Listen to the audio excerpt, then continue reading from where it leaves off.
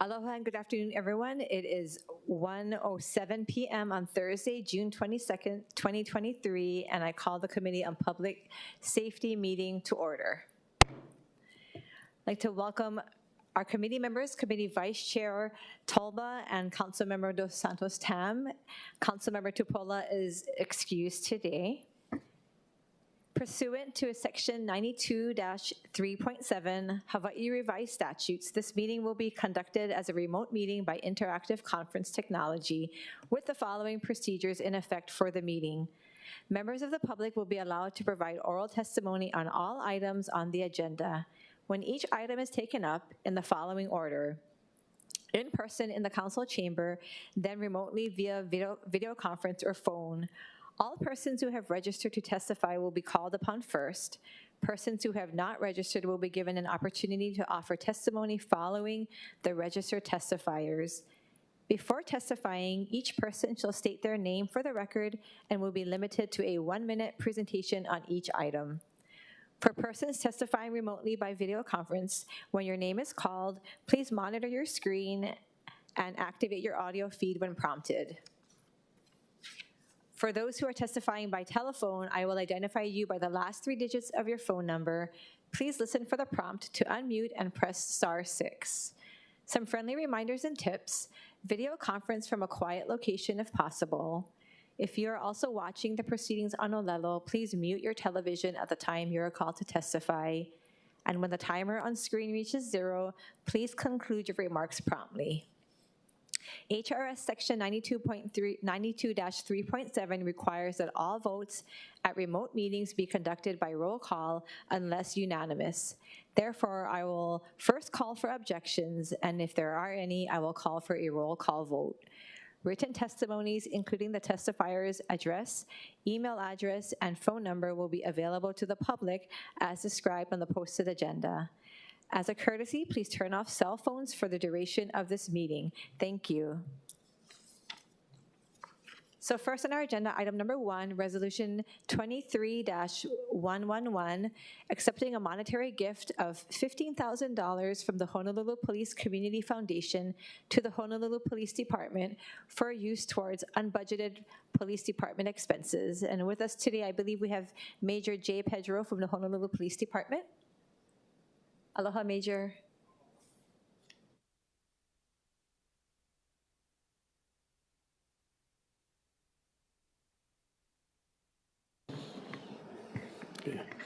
Thank you, Madam Chair. I'm Major Jay Pedro of the Honolulu Police Department Community Affairs Division, and I'm here to answer questions for the acceptance of a gift from the Honolulu Police Community Foundation for $15,000 for unbudgeted departmental expenses. So I can take any questions. Members, do we have any questions? Okay. Thank you, Major. All right, thank you. I will now proceed with in-person testimony in the council chamber. Clerks, do we have any registered testifiers for this item? Sure, there are none. Okay. Any in-person or remote? Sure, there are none. Thank But you. I do see Angela Young. Oh, okay. Aloha, Angela. So, Angela, okay. Go ahead, Hello, Angela. Chair.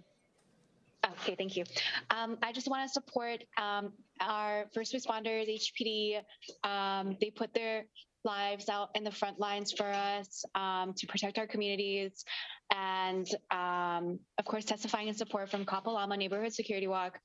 And if I can just read you like the definition from the first responders, read the definition from the federal statute. First responders includes firefighters, law enforcement officers, paramedic, emergency medical technicians, or other individuals, including an employee of a legally organized and recognized volunteer organization, whether compensated or not, who in the course of his or her professional duties responds to fire, medical, hazardous material, or other similar emergencies. You know, as a community, we should be supportive of our first responders, especially the Honolulu Police. Thank you. Thank you, Angela. Seeing no other registered testifiers or remote or in person. Members, we are in discussion. Okay. The chair recommends that Resolution 23-111 be reported out for adoption. Any objections? Any reservations? Hearing none, so ordered. Mahalo, Major. Item number 2 on our agenda, Resolution 23-112, accepting a monetary gift of $5,000 from the Honolulu Police Community Foundation to the Honolulu Fire Department for use towards funding of various fire department events. And with us, I believe we have Battalion Chief Jean-Claude Biche. Did I say your name correctly, from the fire department? Yes, that's correct. Thank you. Hi, Welcome, my name is Battalion JC Bish. I'm the Battalion Chief of our Fire Prevention Bureau, and I'm here to answer any questions regarding the monetary gift from the Honolulu Police Commission, which will be earmarked for our Community Relations Office. Members, do we have any questions? Battalion Chief JC Bish, when you say the community, you said it's earmarked for the Community Relations. Office. What exactly does So that we'll do things entail? like buy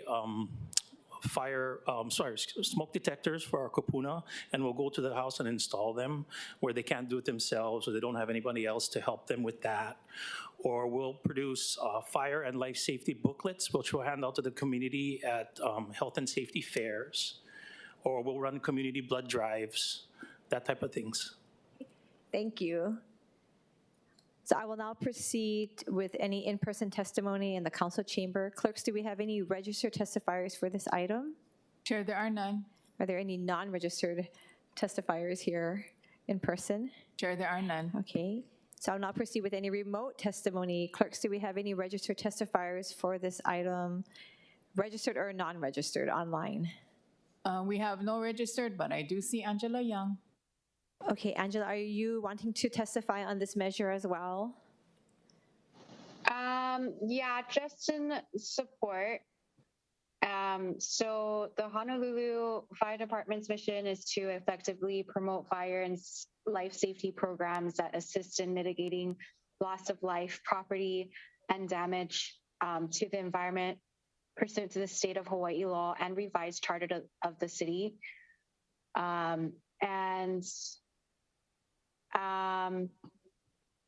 The Fire Prevention Bureau assists the Honolulu Fire Department in accomplishing its missions of saving lives and property and protecting the environment by promoting fire prevention and other public safety education programs.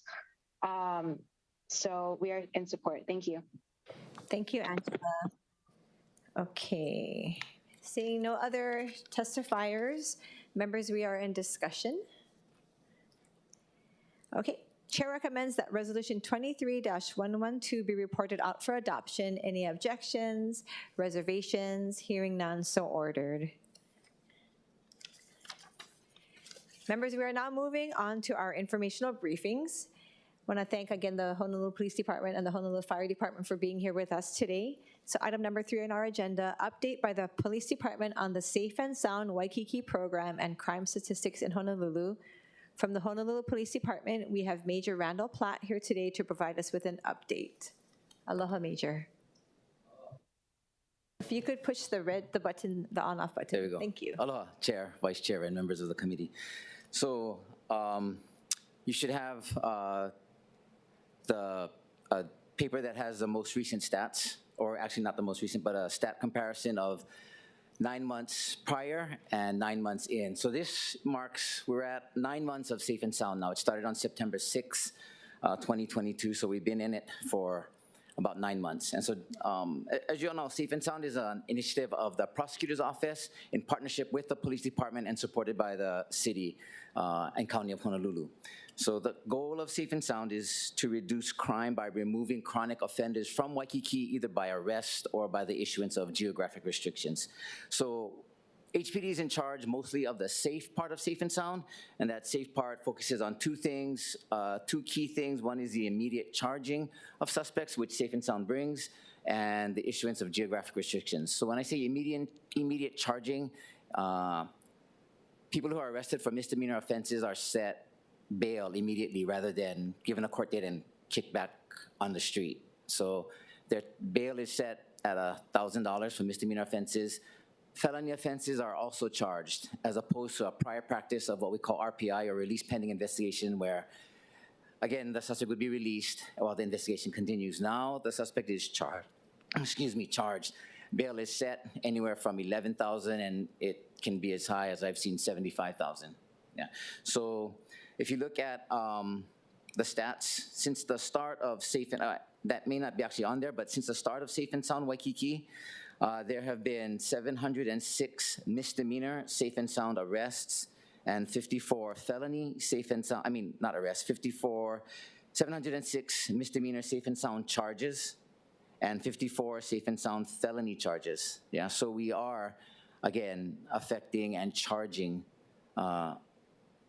these people who are arrested. As far as geographic restrictions, 239 geographic restrictions have been issued on 155 individuals. Some individuals get more than one tagged on them because they get arrested for more than one offense. And as they come to the system, they get banged with another geographic restriction. Currently, we have 156 geographic restrictions on 123 individuals. Yeah. So with the geographic restrictions, what happens is they get arrested for an offense, the prosecutors will ask for a geographic restriction, the court either grants or doesn't grant it. It took a little while for the courts to get on board, but eventually they started to issue those. It restricts the person from coming back into Waikiki. Sometimes they do, sometimes they don't. For the guys that come back in, officers will document a geographic restriction violation. So we take a mispub, we report that the person is in Waikiki when they're not supposed to be. That again goes through the court system, and the person eventually, after enough of them go through, it takes about a week for the whole thing to process, but then they'll come out with a warrant. When the warrant comes out, we arrest them on the warrant.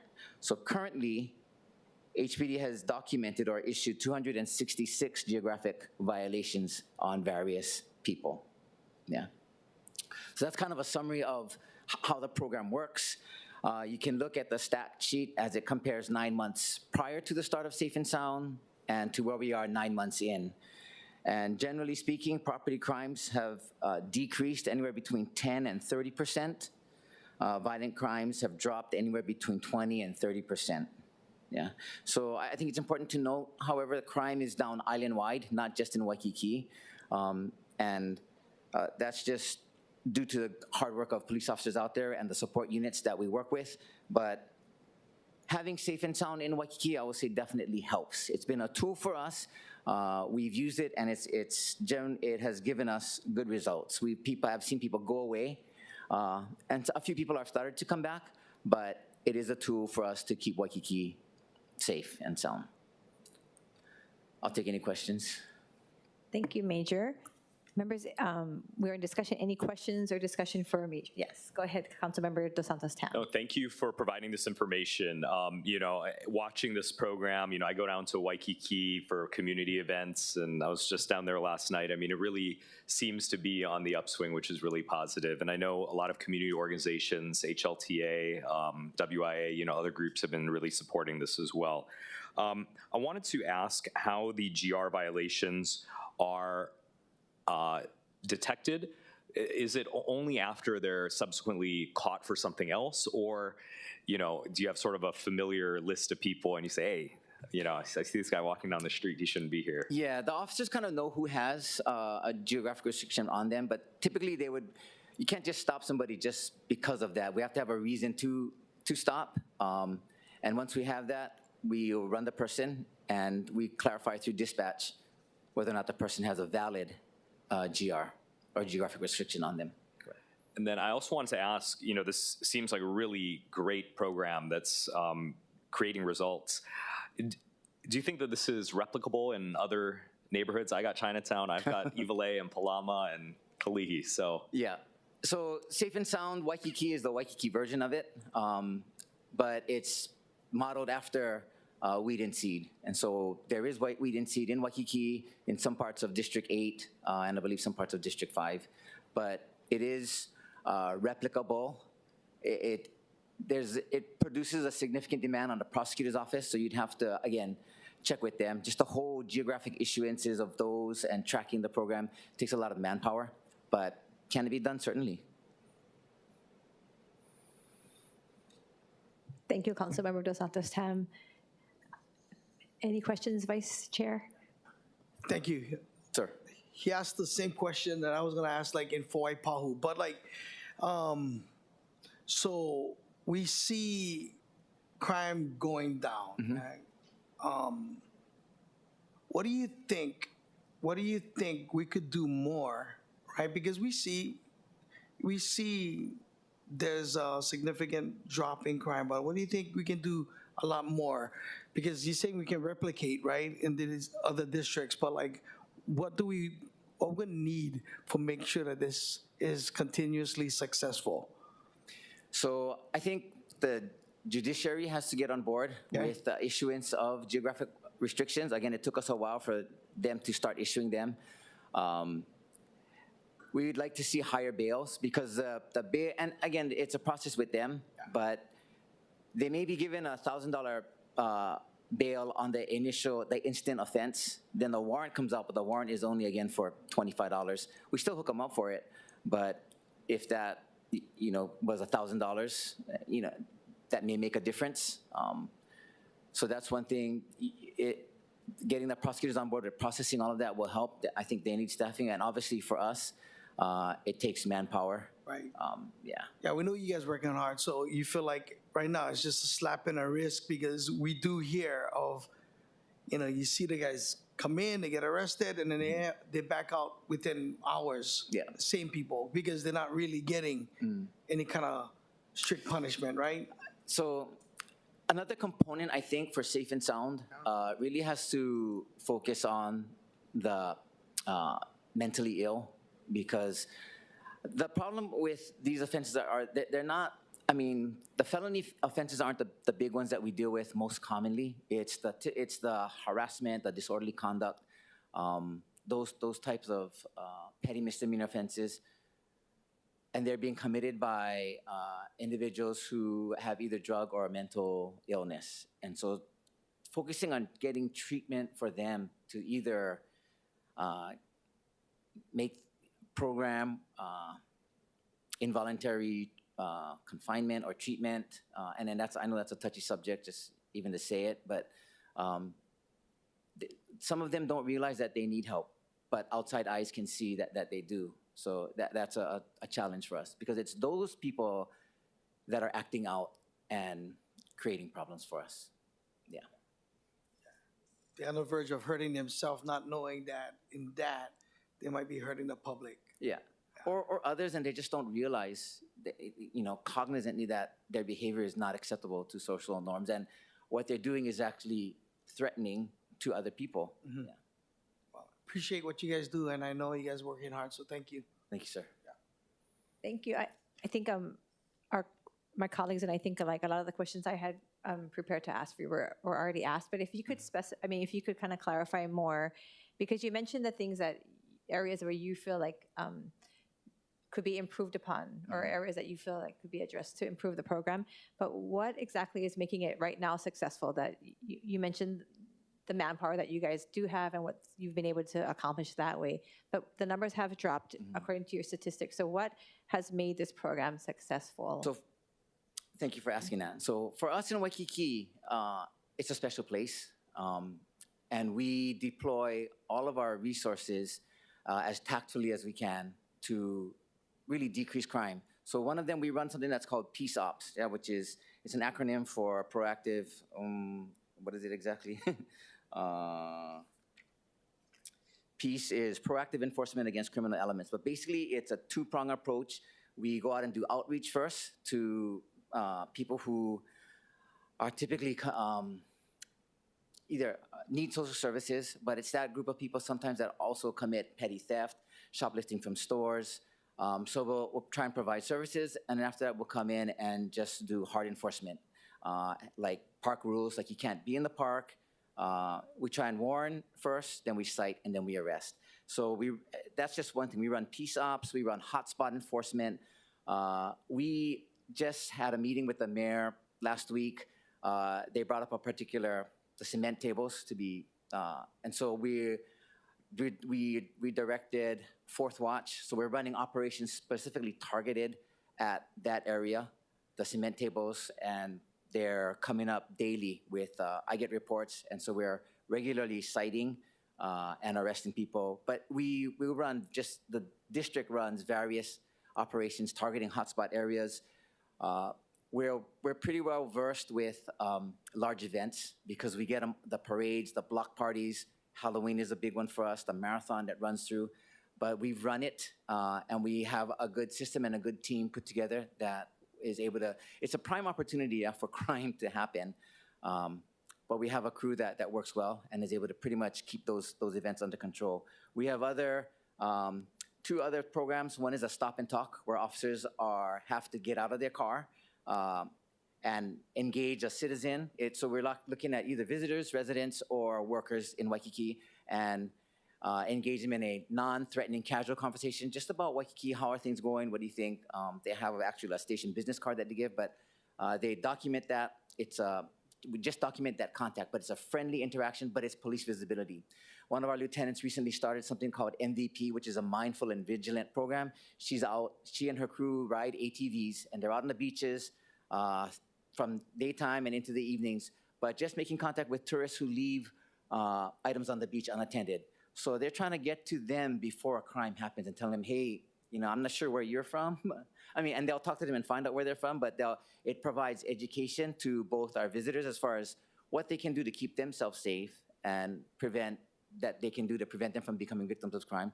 But they're also out there in the parks making contact and talking to people. So visibility is a key thing for us. We use our support guys for that. We have an ATV detail that takes care of the beaches and the parks. The closing of Kuhio Beach from moving the hours up from 2 to 12 midnight was a positive thing. And that was all through, again, kind of through Safe and Sound. That discussion came up through the neighborhood board, which then moved to parks, which then changed those hours. But it helps us to enforce that. But all of those things, yeah, police visibility, using Fourth Watch, using the various support details that we have, I feel has made a significant impact in crime in Waikiki. Thank you. Major Platt, do you find that most of the calls or situations are happening during the day or the night? Is there information on that when you guys are most needed, or is it just across the board? So the calls are different depending on the time of day, right? So nighttime, you're going to get a lot more of the loud crowd noise, the bar fights, assaults, gatherings, going onto the beach, that type of thing. Daytime, it's just, you get just a variety. And the bulk of our calls are mostly misdemeanor type thefts from beach, disorderly, people, again, indecent exposure. Yeah, it's busy throughout. Yeah, the calls are different, but it's pretty steady. Because I noticed, the calls for service went up about 32%, but yet the percentages of the crimes have gone down. So could you explain that? Some of that, so CPT runs a program, See Something, Say Something. So we encourage community information and action. They are our eyes and ears out there. But that, and I think in some instances, people are just less tolerant of, and again, some of these are noise complaints, loud muffler, just loud noise on the street. Yeah, so, but again, we're trying as best we can to respond to those, but crime is going down. We've kind of taken more of a no tolerance policy, and that's part of Safe and Sound, so yeah, we're arresting more people. Okay. Yeah, it's just, don't come in Waikiki and be stupid. Thank you. Yeah. I know that it had been asked previously about, you kind of mentioned the types of improvements you would like to see. If you could maybe, I don't know if it's clarify or maybe repeat, where do you think these improvements, what agencies, or you mentioned, you need more people on board, you need more staffing. Obviously, more officers. You mentioned the judiciary. So where do you think what agencies are you going to need help from to implement the improvements that the department needs to improve this program? It's, it goes, as far as agencies, we need help sitting just with more core services, getting EMS, they've been great with the core program. We really would like to see more ambulances, more staffing for them come through. If they could be in Waikiki every day, something like that, we would be able to refer, because we run into these people who we feel are in need of services daily, on the daily basis. Just mental health, having beds, places for them, obviously homelessness is a problem, you know. I feel like I'm beating a dead horse, but it's problems that have existed for years. But Okay, thank you. It sounds like, you know, I'm really grateful for the statistics you provided. It's really helpful for us to see, especially when it's a new program. And thank you for doing the 9 months before and then the 9 months after. We may invite you guys back because I think all of us here would really like to see this implemented into other parts of the island. So just letting you know, I'm going to offer an invite at some point to discuss other communities and how we could, I know that every community is unique, but how could we adjust or use the same program in our communities to address the issues of public safety as well. I just had, for me personally, can you explain to me the geographic restrictions? So if somebody is found, because I'm not familiar with this, if somebody is found in Waikiki and they're out of, in violation geographically, what happens exactly? so the court will issue it, a geographic restriction. Basically, it encompasses the whole peninsula, the Waikiki Peninsula. And it actually covers just a small section of District 7, which is the Diamond Head, the lookout areas, yeah?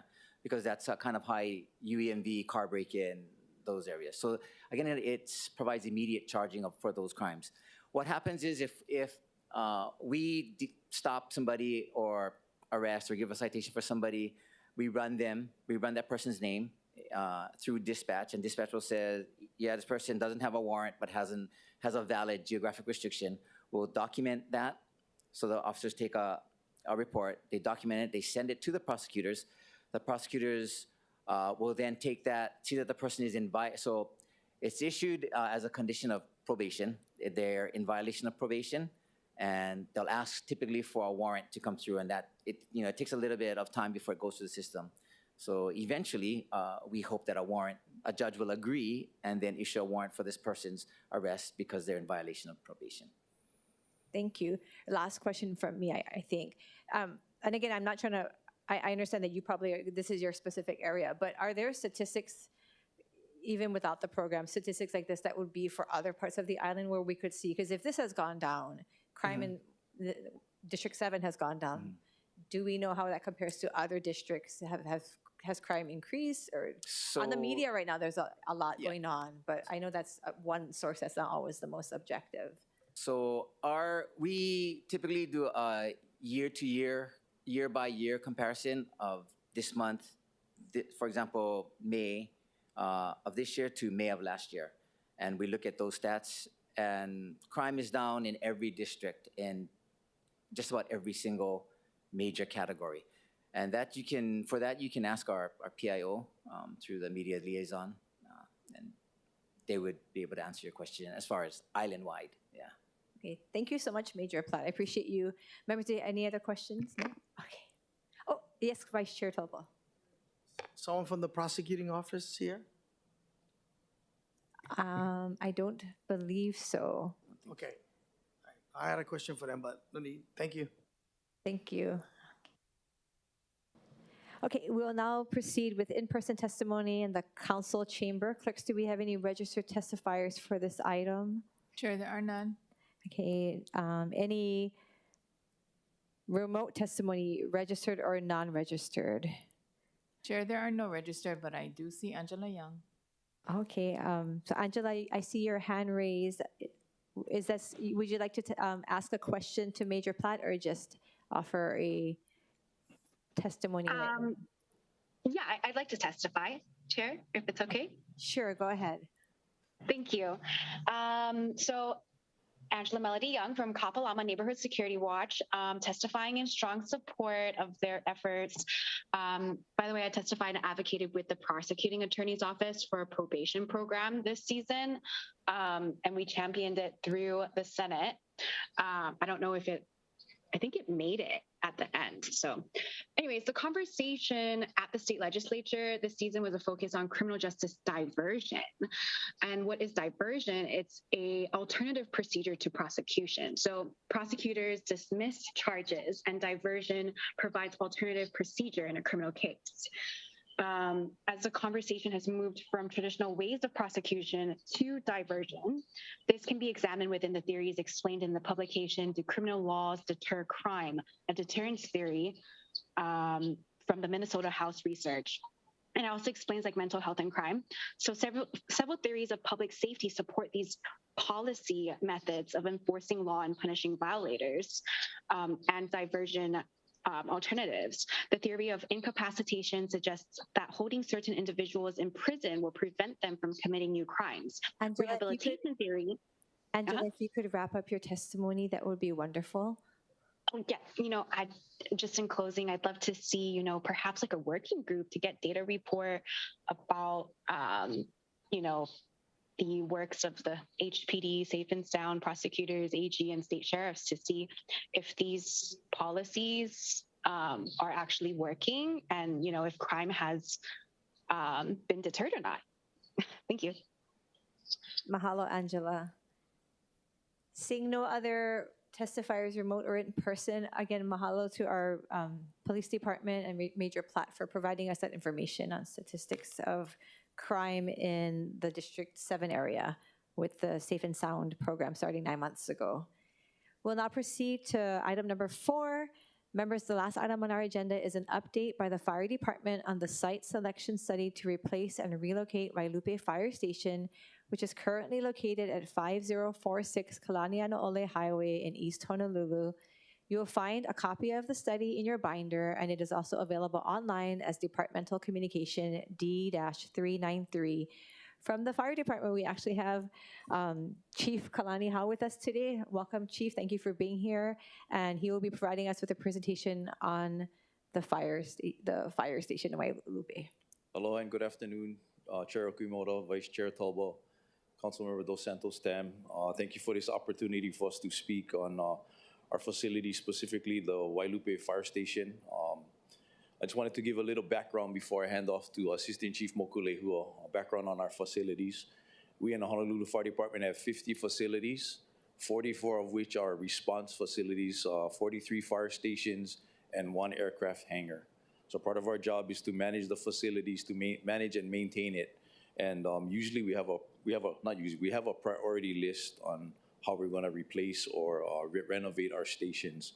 So the Wailupe Fire Station is number 4 on our list. So number 1 is our aircraft hangar, which we have some CIP monies for. We have the Waialua Fire Station, also the Pearl City Fire Station.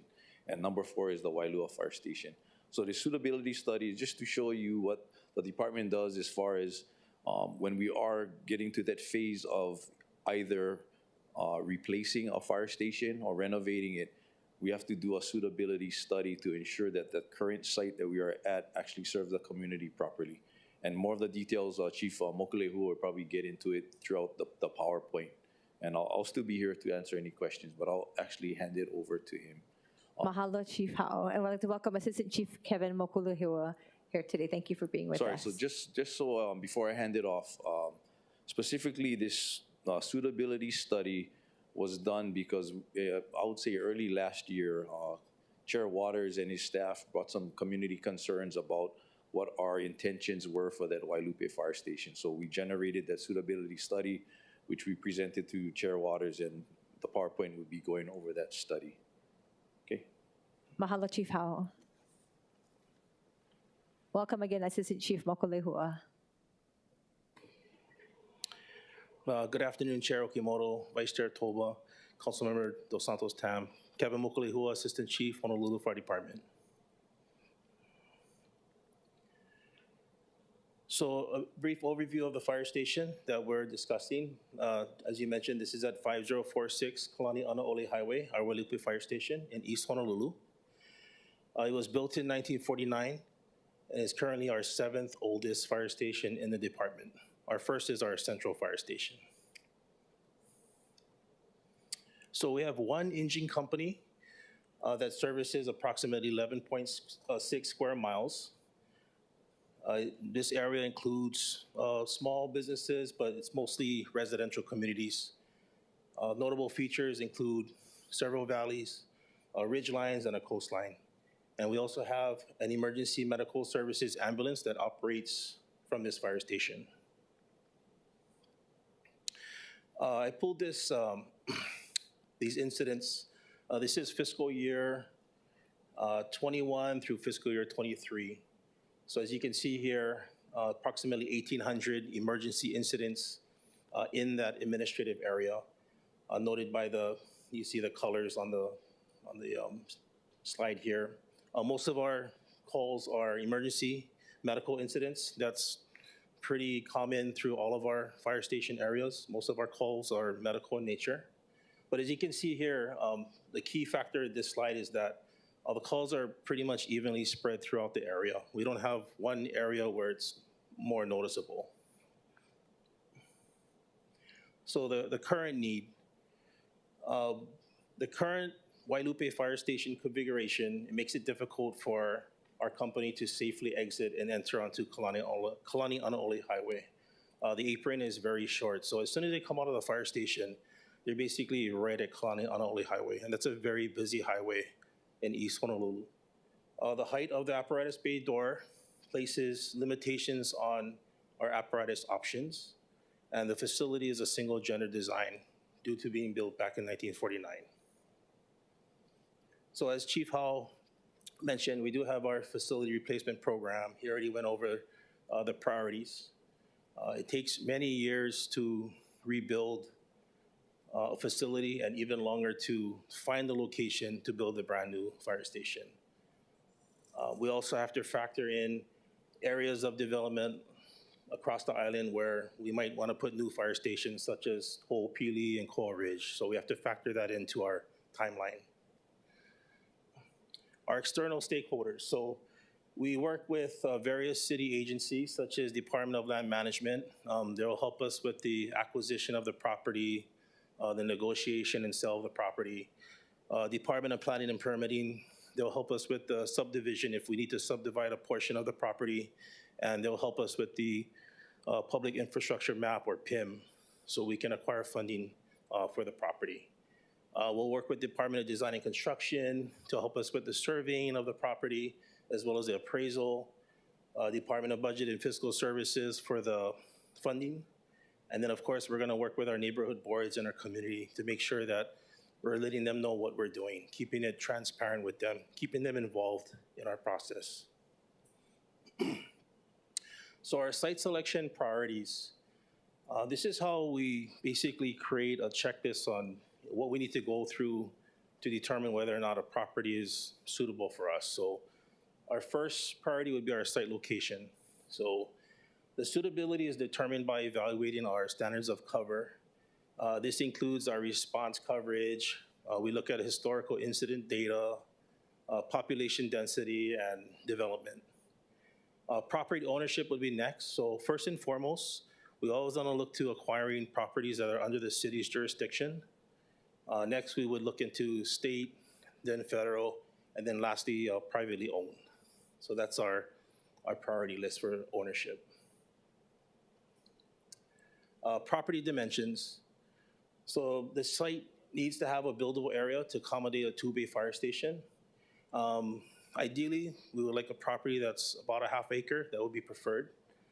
We also need to consider flood and tsunami zone designations when researching suitable locations. So as mentioned, standards of cover. Our standards of cover is basically our risk management plan. It's a deployment analysis where we can determine where to distribute our resources, where to best place our fire stations and our apparatuses. We utilize National Fire Protection Association Standard 1710. That's what we're guided by as far as our standards of cover. So basically, it's a standard for the organization and deployment of fire suppression operations, emergency medical operations, special operations to the public by career fire departments such as us, that states that a fire engine shall arrive on scene in 4 minutes or less. And I'll show you how this applies to our maps that I'm gonna show later. So in this site selection study, as you're gonna see, our response maps are gonna have different colors throughout our street networks. And we use a road speed of 35 miles an hour. So the travel time for 4 minutes or less are gonna be noted as green. A yellow would be 4:01 to 5 minutes, and then 5:01 or more would be red. And here's an example of the Wailupe Fire Station area in the middle within the black borders. To the left would be Pololo Kaimuki Fire Station's area, and to the right, the far right, is the Hawaii Kai Fire Station. So it's kind of small, but in that Wailupe Fire Station, there's a little fire truck with the number 23. That's where the current station is now. As you can see, it has a pretty good adequate coverage for our standards of cover. The areas that we have gaps in would be Halekoa Drive to the far left with the yellow and red, and then Wailaiki Ridge. So those are our gaps. And for us to improve upon that, because we can't put a fire truck on every area of this area, we find other ways to reduce the risk. We do prevention, education. In those areas, we could possibly invite the community, teach them about CPR, give them information about fire prevention, fire safety. Some of the resources that I used for this study was DPP's geospatial data website. They have a lot of good information there. We also have our own community online data for emergency services, or codes software application. And then our response mapping is done internally by our accreditation team, and they use a mapping software called FireView. So the potential sites that we took a look at for this study includes 5 locations, most of which are city-owned properties. So starting with the least preferred property, or number 5, would be Nehu Neighborhood Park. The number 4 would be Neo Valley Neighborhood Park, Wailaiki Neighborhood Park. Number 2 would be this parcel that's abutting Ainahana Elementary School and the community park. And then our first would be the existing Wailupe Fire Station and a proposed portion of the adjacent United States Coast Guard property. And I'm going to go through each one. So first is our Nehu Neighborhood Park. So this is currently under the jurisdiction of Parks and Recreation. It's about an acre. It is nestled in a residential area. It is used as a park right now. So after consideration and through our findings, we found that response coverage, if we were to put a fire station here, it would be impacted in the area of Halekoa Drive and Wailaiki, as you can see on our map. It is located within a flood zone. It has limited ingress and egress. And the impact to the community would be reducing park space. So conclusion for this is that we're not going to pursue this site. Fourth location would be Neo Valley Neighborhood Park. About 1 acre in size. Again, it's under the jurisdiction of Parks and Recreation. It is used as a park space to our understanding. After looking at the findings, we do have an impact in coverage for the Halekoa and Wailaiki, even more so. And we would impact the community by reducing park space. So therefore, we're not going to pursue this site. Number 3, Wailaiki Neighborhood Park. This is right on Kalani Anaole Highway. It's heavily used by the community under the jurisdiction of Parks and Recreation. We wouldn't need the whole park. We'd need like just a portion of it. But after considering the findings, all the areas, upper areas in Wailupe are severely impacted by response coverage, and this would greatly impact the community by reducing park space. So conclusion, we're not going to pursue this site. Number 2 on our list was the parcel abutting the Ainahana Elementary School and the community park. We currently actually have jurisdiction of this property. It's about 2.35 acres. We acquired the property back in October of 2020 with an agreement with Department of Parks and Recreations. We worked with Department of Land Management for this property. So basically, when Chief Howe became our chief in 2022, we started taking a deep dive into all of our properties that we had acquired from 2019 through 2021. And when we took a look at this property, we found some issues with it.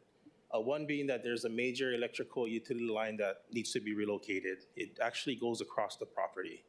So we'd have to talk to HECO about that. That could be a major issue.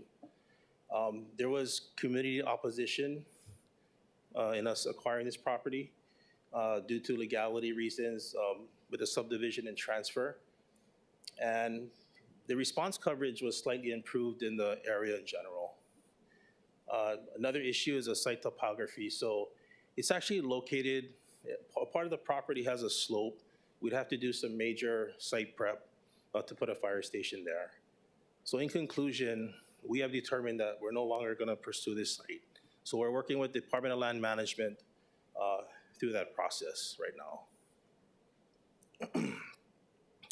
Last but not least, our number one site would be our existing Wailupe Fire Station and a proposed portion of the adjacent Coast Guard property.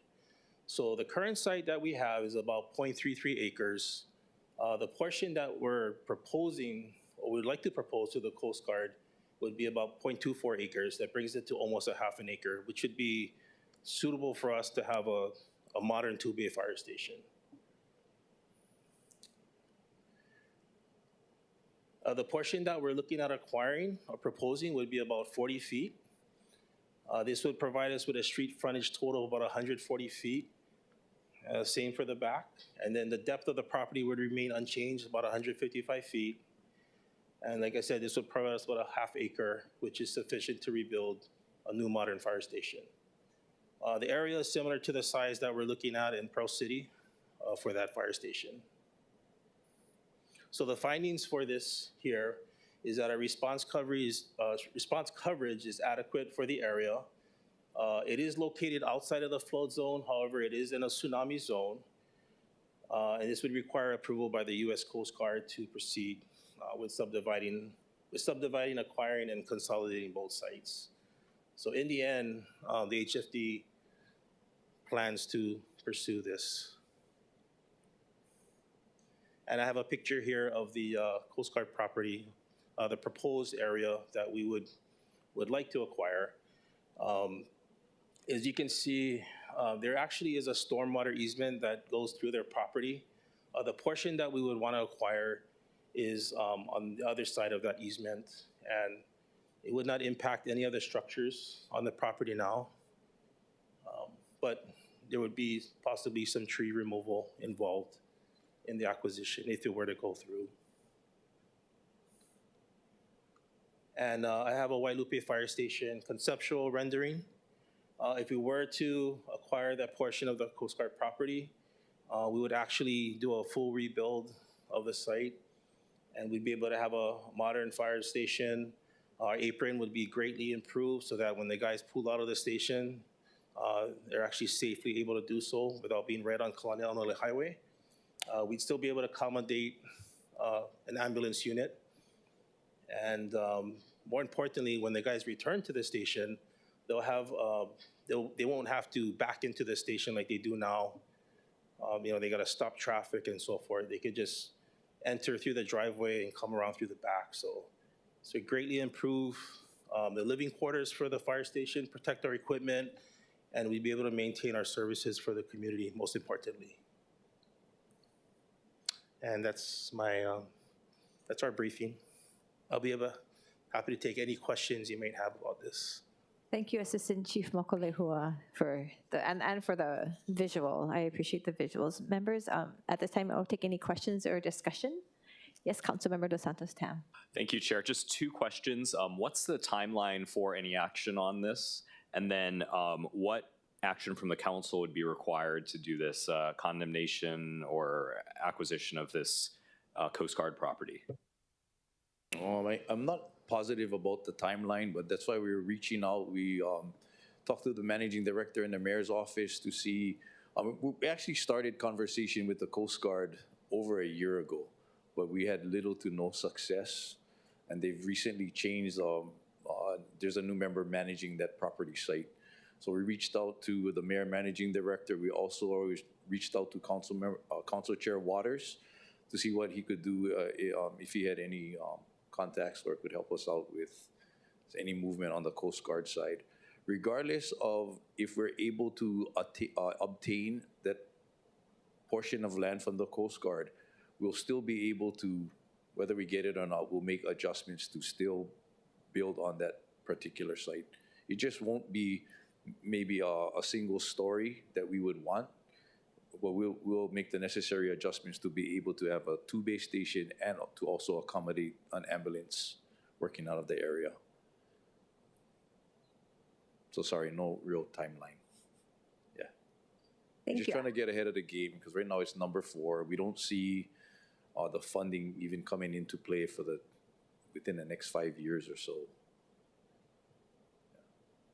I had a couple of questions. Sure. Could you explain to me what a two-bay station is? I know you heard you say it was in your PowerPoint. What's a two-bay fire station? 2 bay fire station it can accommodate 2 fire apparatus. So all of our stations are 2 bay. Our multi-company stations, which either houses an aerial or an engine, is a 3 bay station. And the Pearl City Fire Station, our rendering is we're going to have a 3 bay station for Pearl City. Okay. And I know Councilmember Dos Santos Sam asked, what is your timeline? On average, or historically, how long has it taken to acquire and either build a new structure or rebuild something on average for a new station in the department? Yeah, I'm not positive on the timeline. At least 5 years per project. Per project. And that's after the CIP is Approved in a different approved. phases, the planning, and the construction. okay. If you don't mind, I have a few more just based on your PowerPoint. You know, you had a page here for the incident counts for the Wailupe station. I was just wondering, how does this station compare to other stations when it comes to volume of calls or volume of responses that you have to I'm go not exactly sure, but normally in the urban core area, it's a little more. to? It's usually, Yeah, I'm not sure. I can't have that. I don't have that. About a third.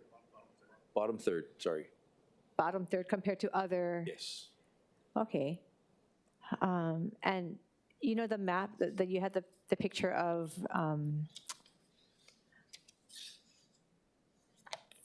I think these pictures had you said within the black lines is where that station services. Outside of that goes other stations. How often does this station have to take calls to go and service? I know that there's a lot of shifting that goes on depending on the needs of other areas. How often is this station required to go out of that black lined area? I'd have to get back to you on the exact data for that. That station, as far as reliability, it's about 80% reliability. How reliable? 89% reliability. So it has decent reliability. It responds to about 600 calls a year on average. But the good thing with this station and where it's located is, if it is at a call, it does have Hawaii Kai Fire Station right over the next area, and then we have Palolo Kaimuki Fire Station. So, as compared to Wailua, where, there's Sunset Beach is far away, you got Wahiawa. So it's kind of in its own area. It's far away from other stations. So at this station, the battalion has a lot of stations and they're kind of close together. So they can rely on each other as far as, if they're busy and they're attached to a call or not. So it's got suitable coverage for that in that respect.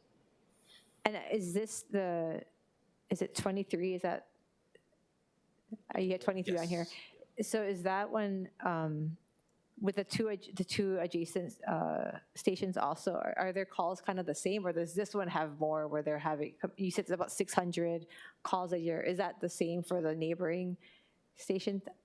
I don't mean to put you guys on the spot. I was just wondering because I wanted to know call-wise the volume that you're getting in this one area. So the volume at Station 23 is less than the 2 adjoining areas. Less than, okay.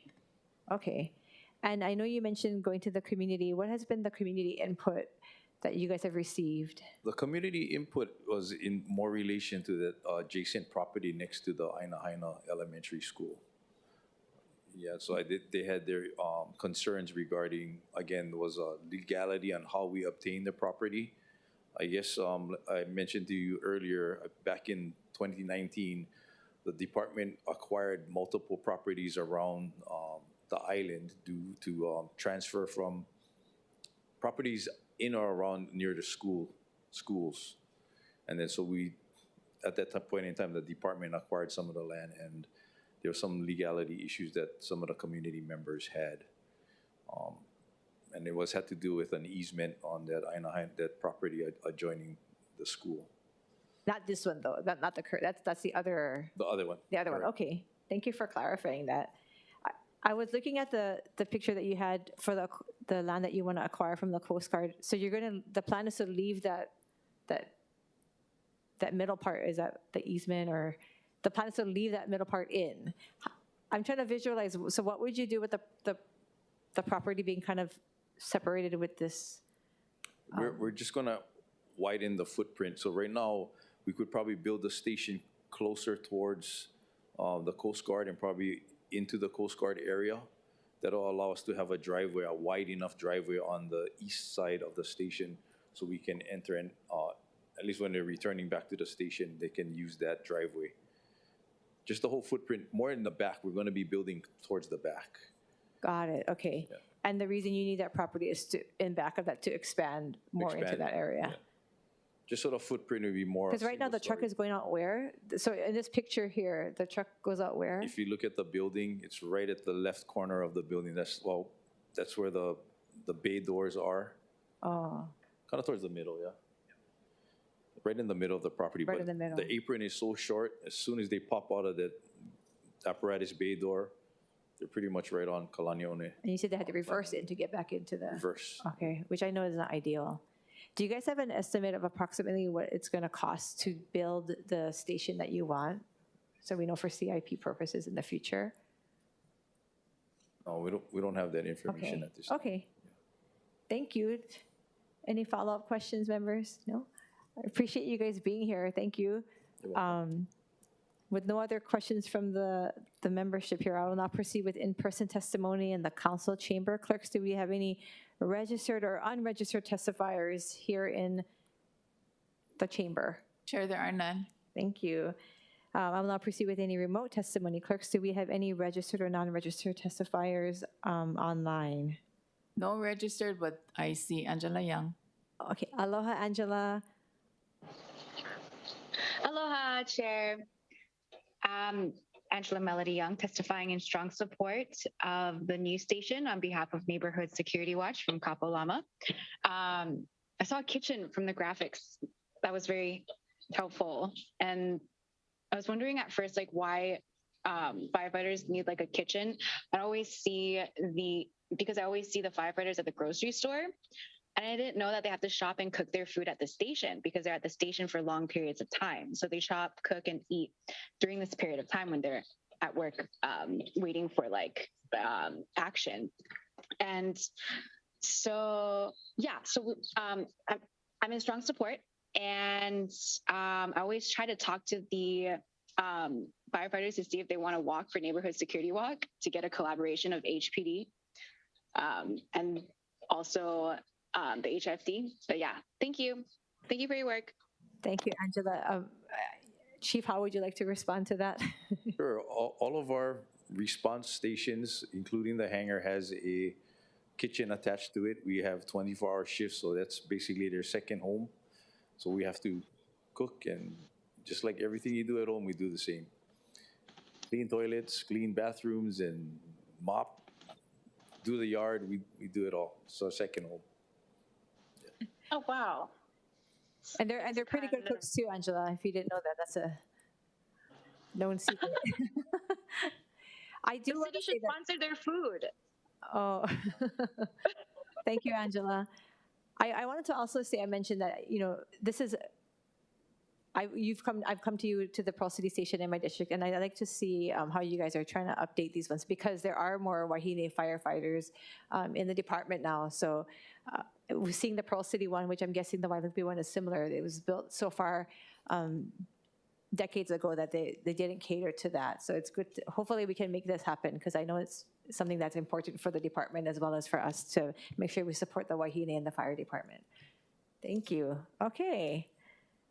So I think that's it. Oh, that's all for our agenda tonight. Again, thank you again, Chief Howe and your department for being here. Mahalo everyone for being here and participation today. I'm going to take the liberty. It's my mom's birthday. Happy birthday, Mom. She's on Kauai right now. My dad was a firefighter growing up, so support the fire department that way as well. But there being no other further business, this meeting is adjourned.